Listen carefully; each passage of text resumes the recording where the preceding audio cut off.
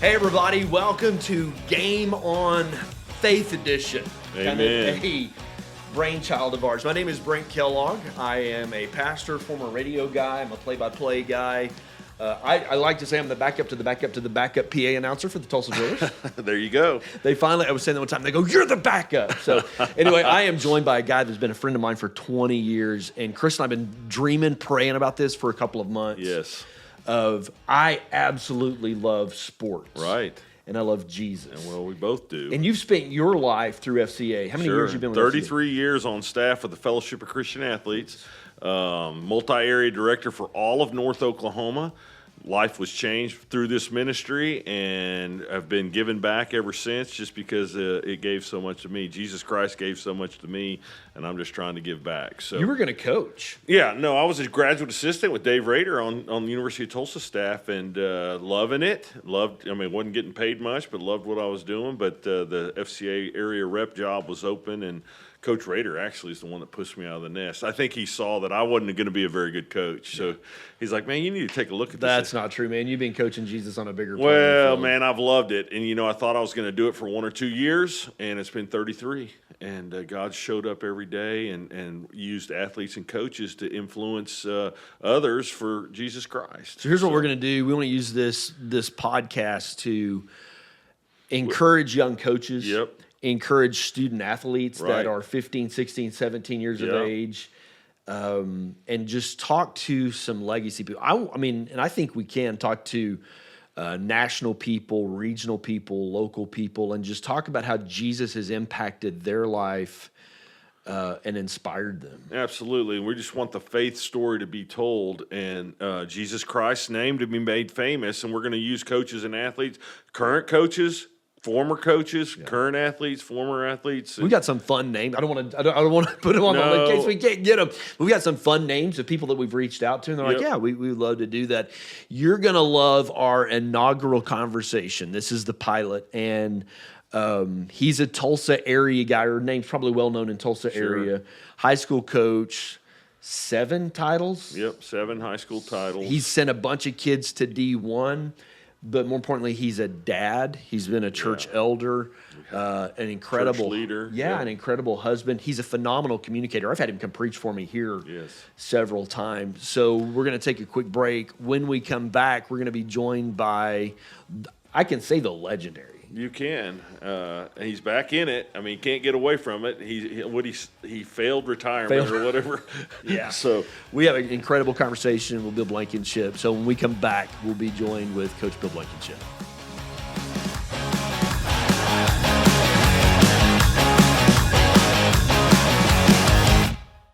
At FCA, we're touching millions one heart at a time.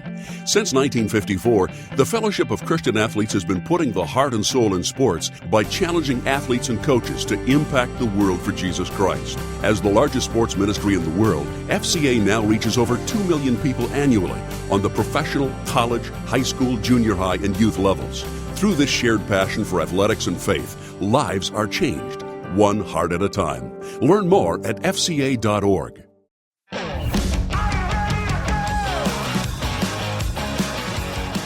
Welcome back to the Game On podcast. Brent Kellogg along with Chris Kaiser, and man, been excited about this moment and doing this. Chris, Absolutely. you and I have been dreaming about this. I know. And there was Finally come about, right? Dreams. Okay, come on now. there was no debate on who the first guest ought to be. Yeah. There was no debate. Top of the list. A guy that has had his face on billboards in the Tulsa area. Right. And our dream for Game On is to be a regional podcast as we talk to FCA people, and it's this blend of sports and Jesus together in the same conversation. But man, when you think sports and Jesus in Tulsa, there is one name that comes to that list, and it's Bill Blankenship. Yes, sir. And Bill's I knew Bill back from my KXOJ radio days.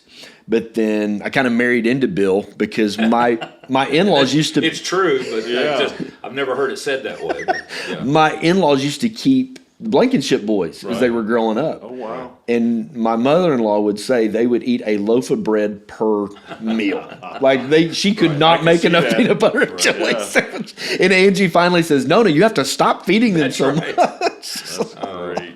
Chris, Introduce our guest, Bill Blankenship. What you know about him as we kind of make fans aware of him. Man, go way back with Coach B here. Man, I came on staff with FCA in 1992, and he was one of my first visits, one of my first contacts. Everybody said, you need to go see Coach Blankenship. You had just got here from Edmond Memorial, I believe, and, man, have just linked up to him. I've, rode his tailcoats everywhere he goes. I have great memories of you, Coach, at the University of Tulsa when I was doing the radio there, and you and Angie on the trips would give me and Betsy some parenting wisdom because you raise boys and raising 3 boys, and man, we use a lot of your tips and strategies with our kids. But Coach Blankenship, I always say all he does is win championships. We'll talk about that today a little bit. But man, what a great reflection of how to coach as a Christian and the influence that you have. So thank you for jumping in here with us, and we'll go through a lot today because of his coaching career and where he's been, and the things that he's witnessed. So let's start at the beginning. Coach, talk about your relationship with Jesus. I mean, you got a brother that's a pastor, and just 2 brothers that are you're the black sheep. Black sheep of the family. You're the guy, but you may have the most influence, and you may have the most touch. But well, I know this. They both try to coach sometimes. So I think I always say it's okay for me to try to preach every once in a while. That's kind of the way it works. But Brent, one of the things. First of all, thank you for you guys are really nice in the introductions. There's a lot more to the story than getting introduced. But I always tell people I really do like being introduced because that's when people say really nice things about a coach. Sure.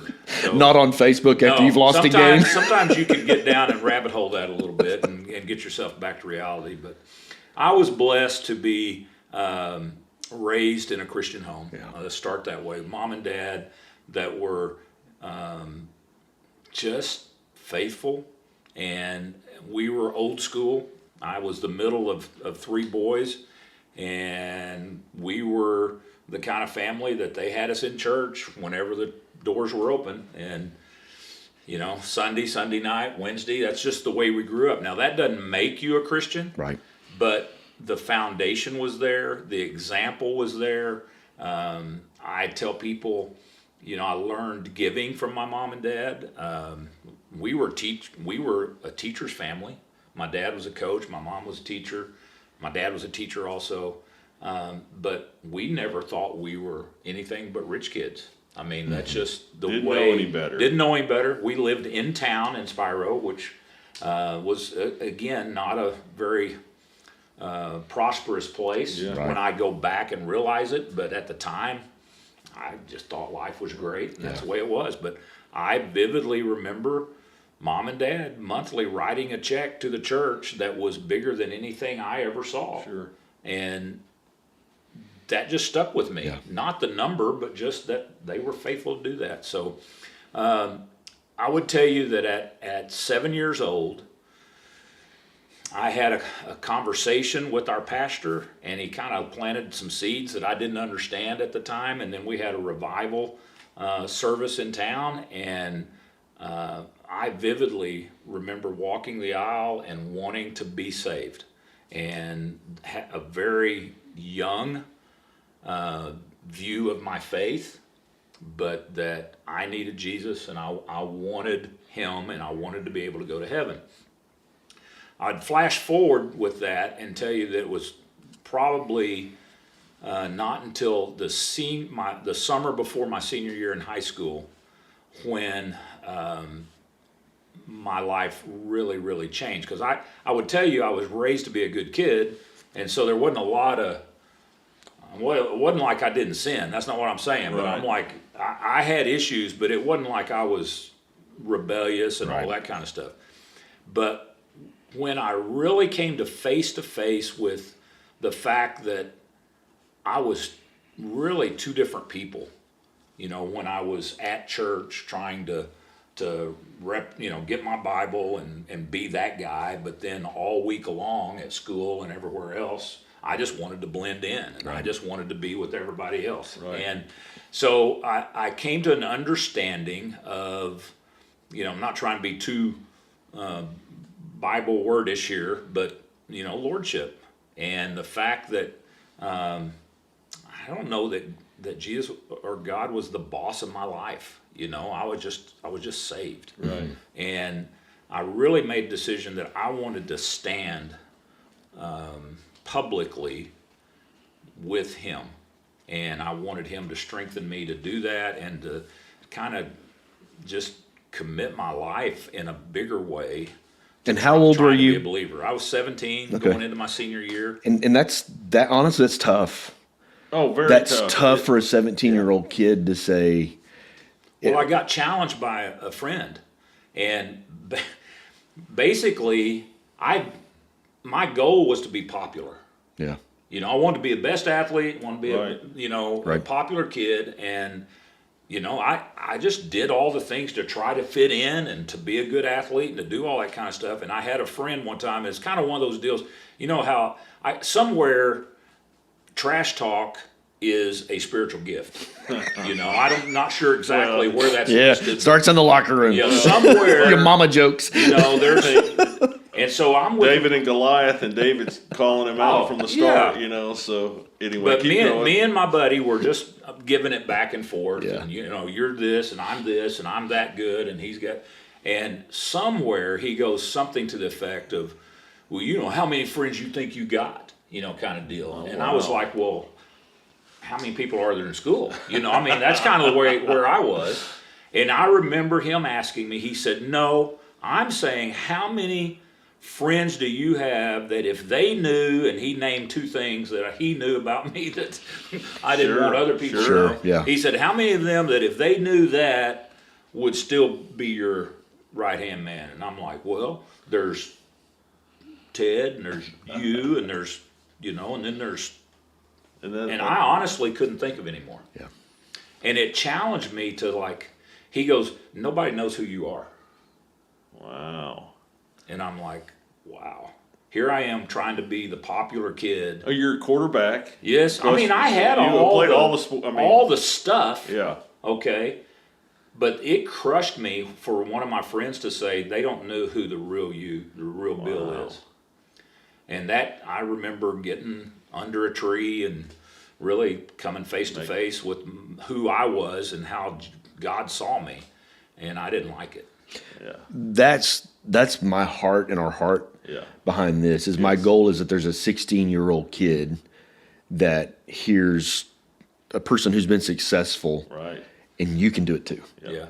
You can do. We all have that moment where the Holy Spirit really interrupts our life. Because you've described, I would say, 98% of every teenager. You know what I'm saying? Man, that freshman year of high school is hard. It's because you're trying to fit in with these older kids, and you're trying to have, swag or whatever. What's the irony of the fact that the more you try to fit in, the less you're respected? That's right. Right. And again, not everybody's going to like me, but I just decided I wanted them to know where I stood. Yes. Okay? And then to me, the respect was a different thing than being popular, and so and again, I have failed at that many times, but since then, I've just been a lot more, I'm okay with being here, even if it means, that I have to lose some things. So what was your relationship like growing up with your dad? Living, playing for Coach Blankenship, right, at Spiro, Oklahoma. Well, if you could picture my old school Coach Blankenship, my dad, flat top, butch wax, Did he wear the whistle all year? with a dirty string around his neck. Now, the difference between him and today is he was also a math teacher, and so every time he went to class, white shirt, sleeves rolled up, showing the big guns underneath that I was fearful of, because physical corporal punishment was not up for debate. Especially in Spiro, Oklahoma. No. And anyway, there's a lot of things I didn't do because I was convinced first offense would result in death penalty, and it was not it wasn't up for debate. Yeah. But he was tough. He was stern, but he'd throw those arms around you and love you too. Yeah. And See, I think that's missing yeah. in America. I believe the biblical role of the father is to affirm his children, Absolutely. to set structure, to be the disciplinarian, and the mom's role is affirmation. And there's just something about a big. We've culture has tried to program masculinity out of the American male, out of the Christian male. Right. And there's something about the image you described.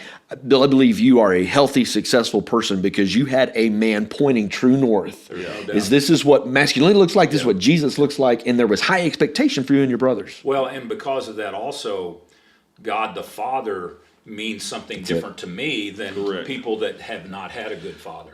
So I know our God is a good father, and I can see traits of that in my dad. Yes. So, And I've I heard have a your good vision. trajectory story Yeah. where your dad had to make a decision Oh, my. and a choice Yeah. and beat all the odds, Yeah. in my opinion. And So quickly, and we won't Yeah, have good. to chase the rabbit. Chase it. So my dad was one of 4 boys, and he Do y'all have girls in the Blankenship bloodline? Not until think my so. grandkids. Honestly, it's been a line of I a don't think lot of so. testosterone. But so my dad didn't have a dad like I did. Okay. He had a mean drunk that would come home and lay hands on his wife and the kids. And when my dad was about 6 or 7, I know that his older brother was 12 because that's how the story goes. Sure. The older brother stood up to their dad because he was getting after mom. Wow. And that day, my grandpa took a horsewhip to my uncle and then went back, got in the vehicle, and went back to town to drink or whatever he was doing. They all packed everything they had into 2 flour sacks, and the 4 kids and my grandma walked the railroad track to her sister's house about 6 miles away and escaped. Eventually just raised there, but she never worked outside the house. She was not educated. Right. She was not all that. And those 4 boys, the short version, Right. all got college degrees, all got master's degrees, and in different communities became pillars in their churches and in their communities. And the question is how? Yep. How does that work? Right. And the short version that my grandma would tell people, and I use as a point of lesson now, is she said, I didn't know what else to do, but I kept them in church and I kept them in school. Yep. And it was people at church and people at school that began to interact in their life and to invest in them. And what I tell people today is my whole family is a result of people investing in poor kids. Absolutely. They just think they're helping that kid. They don't think about the generational impact Correct. for spiritual and Longevity and eternity. Oh my gosh. So, Because I told you, I grew up thinking we were rich. Right. yeah. My kids, my grandkids, we have problems, but we have a different support structure than what my dad and his crew had. Somebody had to change the course. No doubt. That's my great-granddad's story. His dad was a drunk. Right. Couldn't get home with a paycheck. And my great-grandfather changed the course of the family. And he had 3 boys, and he said, if I ever catch you with alcohol, you'll wish I hadn't. Right. You know what I'm saying? And so your grandmother did that. She Yes. changed the trajectory. And, I mean, through empowerment of the Holy Spirit, God's help, the lady of faith here, and kudos to that church. Yeah. That's what the church should be. There's this principle about what one good man on a neighborhood street, Yes. the impact he has in those lives. And this is what breaks my heart. I mean, America is at an all-time high. We're the highest nation in the world with fatherlessness. Right. And the impact that's having. So now we have gender identity confusion. We have boys that don't know what it means to, like the labor force is just missing because little boys mom's working her tail off. She's a single mom, loving her kids the best way she knows how, but they didn't have a picture of a dad getting up, putting on his boots, and what that means to go to work. And our culture's paying the price. And Bill, you're one of the guys that I know, and I'm anxious to get into these stories. You've had thousands of young men come through your program. And a lot of those guys didn't have dads. Yeah. Have you ever had one come back, like after, they've gone through college or whatever, and maybe now they're a dad? And have you ever had, tell me one of those stories about a kid that came back, and I don't know if you're a crier. I'm probably going to cry. But, I mean, one of those moments where you're like, okay, I could have made more selling insurance, but this has made it worthwhile. Well, let me start by, I'm going to actually go back to my dad coaching, because part of that's the influence of how I got there to want to be a coach, I think. So we lived right on the highway as you go through Spiro. And one of the cool things, so by the time I got out of the 8th grade, my dad had actually moved to be the high school principal. So I didn't get to play for my dad, but he was still Coach Blankenship to everybody in town, even though he was the principal now, because he'd done it for a long time. And the cool thing about living where we did is the driveway from the highway was only used by visitors. If you knew us or you were part of the family, you drove around through the alley and parked in the back, and you came in the house and all that stuff. But our little den area was right where the driveway comes in. Right. Because it used to be a garage. That's the old school. Okay. But one of the coolest things would happen, and a lot in the summer and at Christmas and sometimes Thanksgiving, is you'd see a strange car and a knock on the door, and there's somebody there that wants to see Coach. And it was so cool because they'd want to bring their son. Oh, wow. Wow. And then 20 or 30 years later, they want to bring their grandson. Right. Yeah. Because I want you to meet my coach. Yeah. I want my coach to see you. And sometimes they came by because they wanted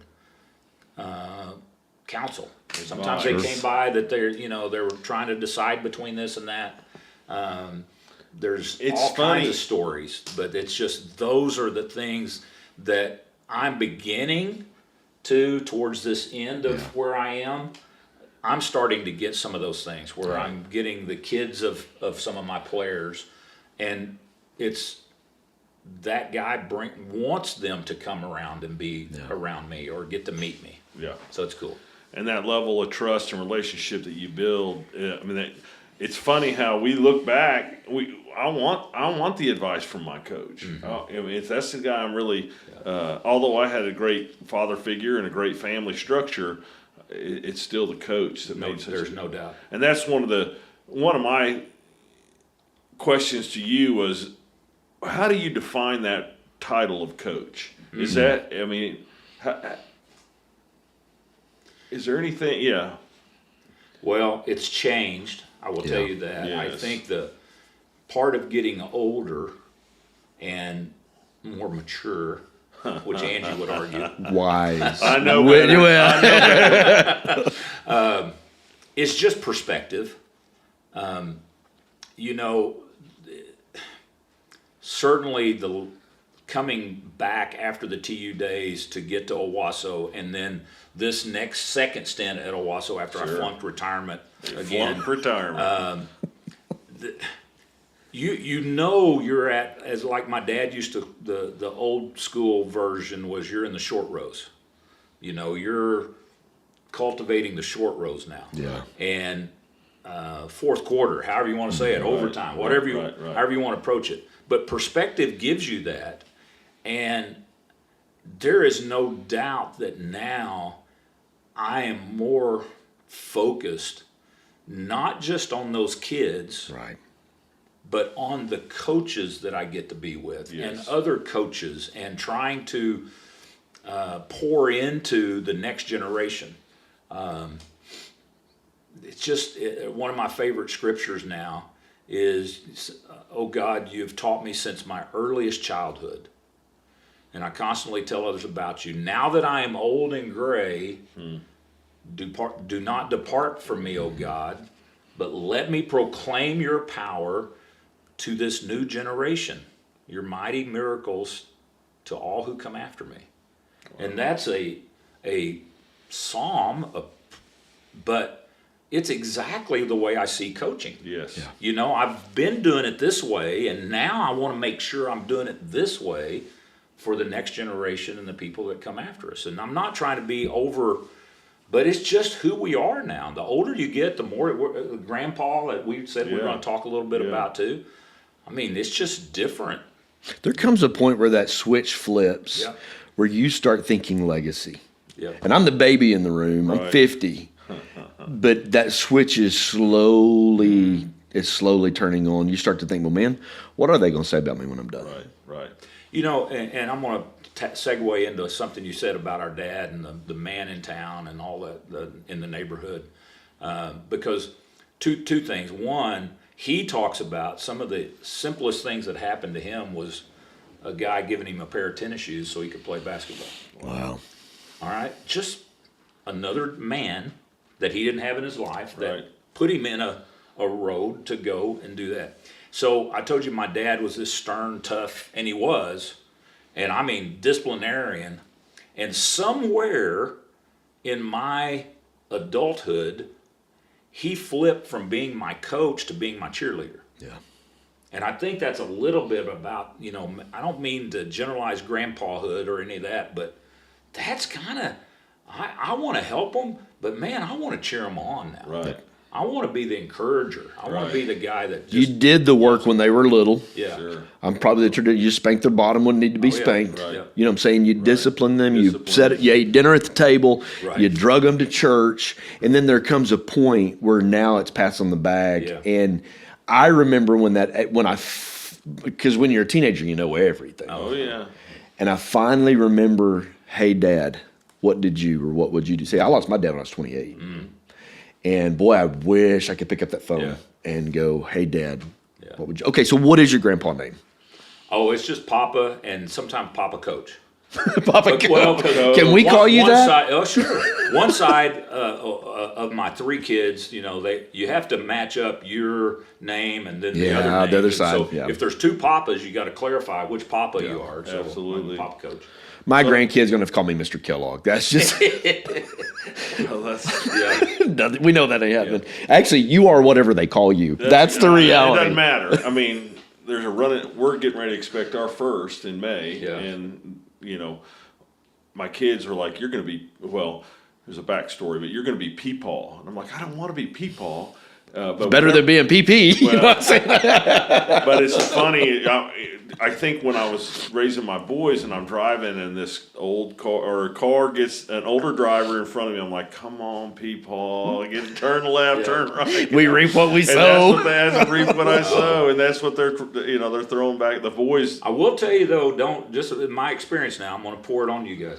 I don't know how much you can plan it. I don't. Think I mean, you can guide it, okay, but early on, it ain't coming out the way you started. Exactly. You know, and now it's either you change what they're, Yeah. you know, you might be able to keep it going, but Angie was sure she had it all figured out, and so she was going to be Granny. She wanted to be a Granny, and she didn't mind that at all, but I can't even tell you on the podcast how it came out because it was obscene. And I just love it. I just love it. do. So we still call her that.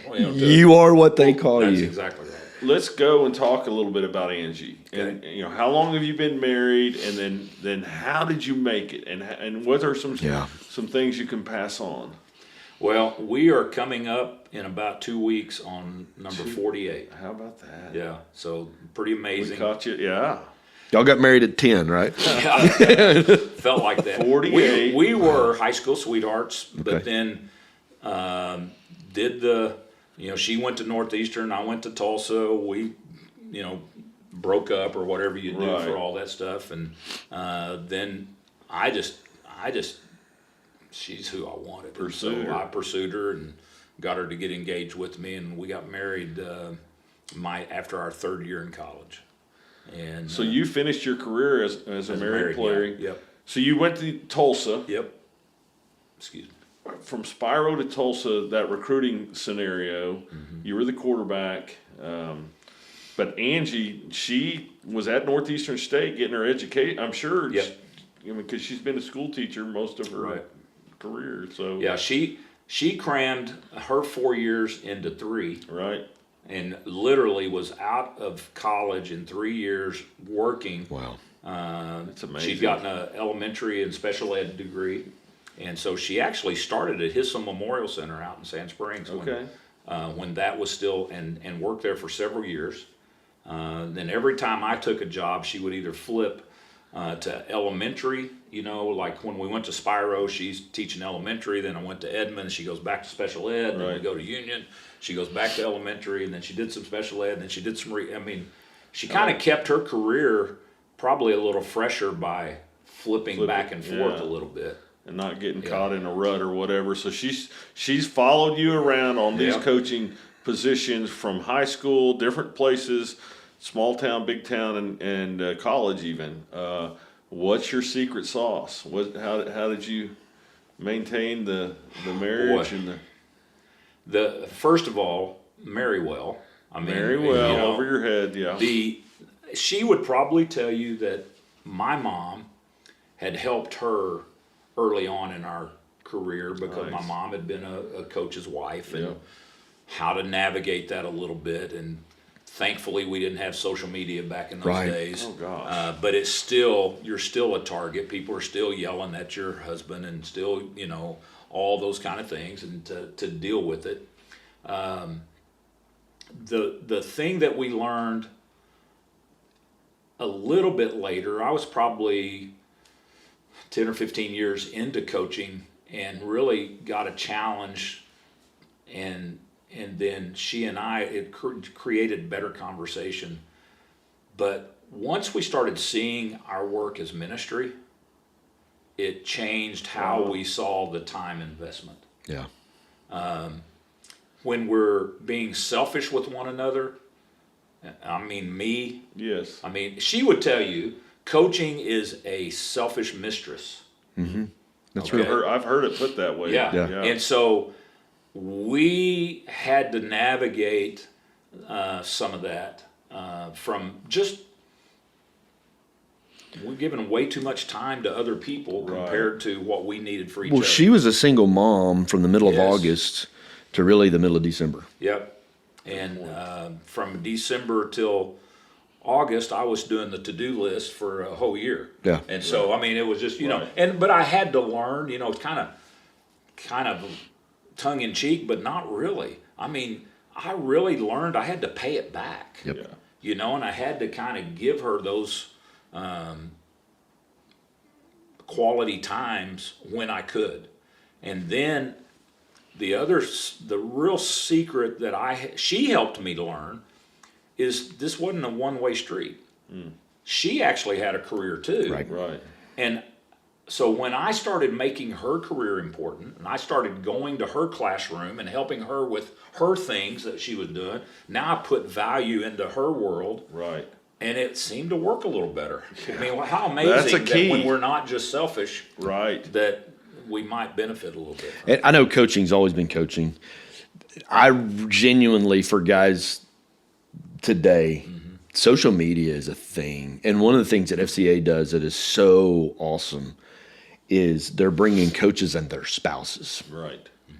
They're bringing them on a weekend retreat. Get better at it. Yeah, because there's an incredible ministry place.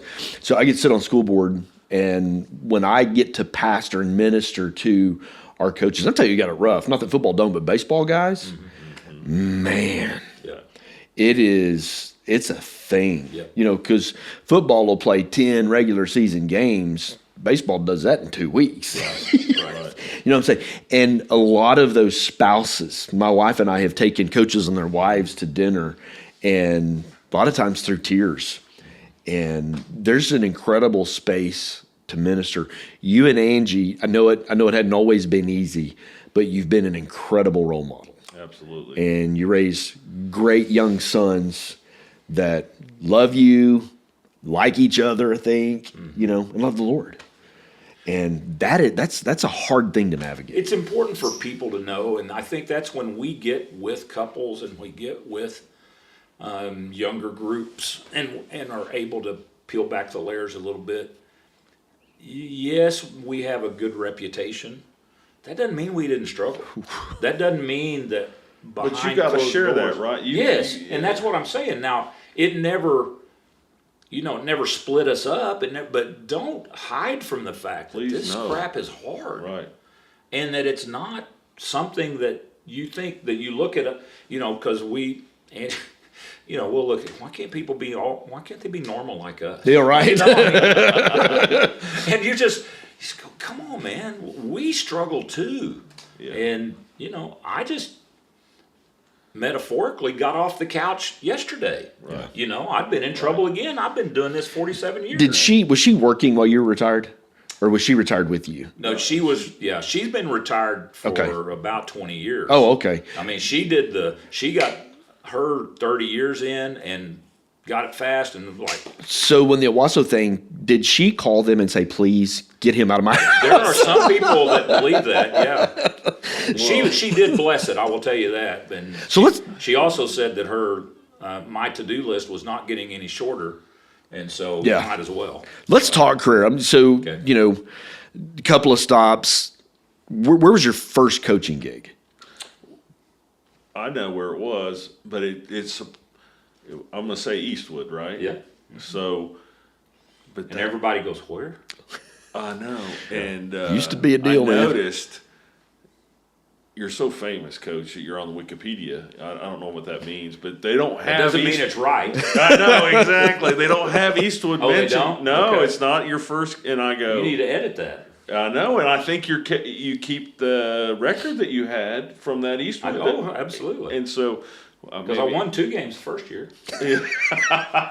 Exactly. And you know the rest of the story. And I won 3 the next year. Exactly. If you count the forfeit. That's right. And I count the forfeit. So Yeah, well, that needs to be I need put those. on there. I need those 5 wins. That's what I'm saying. On my resume. So you can keep. Yeah. So Eastwood, then just kind of quickly walk us through. Out of college, I went to work for FCA. Yeah, and I did that for 3 years, and actually did what Chris has been doing for a long time when there was not a big staff, and absolutely loved it.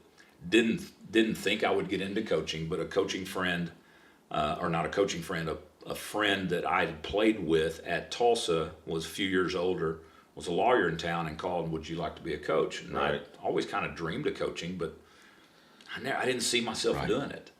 And he was on the school board. You just mentioned what you did. He was on the school board at Eastwood Christian School, part of Eastwood Baptist Church. They had a high school. And I'm like, just went for it and believed I probably should. And fell in love with coaching. Yeah. And we were terrible. And that was the irony was, this is what I think I'm made to do, but we were bad. Right.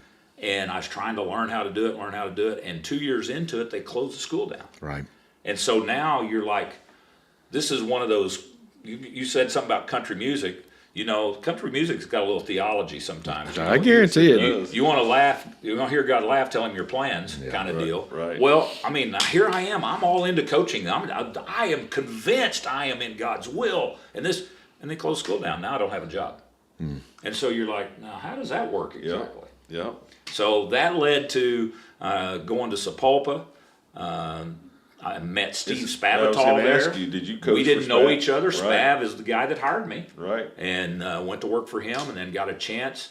While we were in this era was when I got to know your in-laws, because we were living in Sand Springs and going to church at Angus Acres and had all these friends, and Nona, and was taking care of our kids as they were young. But anyway, all that led to an opportunity to go back home to Spiro. Their job opened up, and I called the superintendent up. Right. And I'm like, you need to hire me. I've been coaching 3 years, and you need to hire me as your head coach. And he's like, I don't know. We like you and all, and I'm like, seriously, I think you should hire me. I would be the right guy for the right job. And they're like, man, we really think you got a great future. We think you got all this going, and you can do it. And I said, Dad, I really That's right. And everyone thinks I'm making that story up, and it's absolutely true. But I talked my dad into hiring me, and thankfully we had no social media. I keep saying that, but can you imagine? Oh my goodness! Can you imagine the superintendent hires his son, who's only been coaching 3 years, who only. And thankfully, we won a bunch of games, and it went pretty good. Let me go back to East. Is there anybody on that first team that are still around that you've communicate with? Yeah. I mean, it's interesting that I run into people but there's a elementary school principal. I've never asked you that. Their elementary school principal in Owasso, George Holderman, Okay. was a 155-pound right guard for us. And He's a big guy, wasn't Oh he? yeah, oh yeah. And that's how it was back then. There are. Let's see. How cool. A though. guy, That's a awesome. guy that worked at the Quick Trip a long time. I see Mike. I see. That's awesome. Communicate with a few of them on Facebook and Yeah. Messenger and all that Yeah. kind of stuff. But Yeah. it's Because pretty you, cool. you, outside of your stint in Fayetteville, but I know college you went to Memphis and some other places, but you've been around Tulsa. Yes. Quite some time. I remember in the 90s, what do we call it, the Backyard Bowl? Yeah. And TU Stadium was more full for a Friday night football game absolutely. No doubt. than what it was for a college game. And that was, I mean, the Jinx Union, I mean, The rivalry. classics. So you have, well, go Before ahead. the remodel of Skelly Stadium, Chapman Stadium, before the remodel, they still had the north end zone Yep. and all that stuff. There is a picture from, I think it's 2000 or 2001, of 40-something thousand at one of the Union Jinx games. Yep. And I gave them a little bit of grief at TU because at one time they used to have that posted up there, but it wasn't. It wasn't Wasn't a TU It wasn't a home game. It was a high school Exactly game. right. It you wasn't know? us, So anyway, yeah. it's It wasn't just kind of a Tulsa. fun thing. So, my work through KXOJ and, being a youth pastor and all these things, had the opportunity several times to meet Alan Trimble, who was at Jinx, was a legend. What was your relationship like with, because, man, he's a legacy guy. Really good. Alan and I both during that era were incredibly competitive Right. with each other. Sure. Okay, so to say we were good friends is not. Alan always said it this way: look, we really do like each other. We respect. We don't go have coffee together. Yeah, I mean, we're not hanging. Bob out Stoops and together. Mike Gundy were No, not. We're not hanging out Yeah. together. Later on, Right. we became even closer friends, and it was a cool relationship. Yes. And I have incredible respect. And the longer that I was away from it, and even before we lost Coach Trimble, you just get to know. Once I started recruiting, and I went to a couple of events, and you hear the stories, and you get into that world, you can't help but just have incredible respect and love for that man, for what he did and what he stood for and how he loved kids. It takes less than 1 minute to find out if you may have prediabetes. You can do it here. But I get it, you're busy, and busy people can't have prediabetes. I read that wrong. They can, okay? Just go to the site.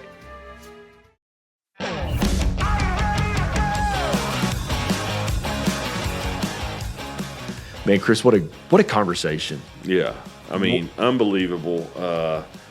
Just the stories. I heard stories. I've known Bill for a long time, my whole FCA career for sure.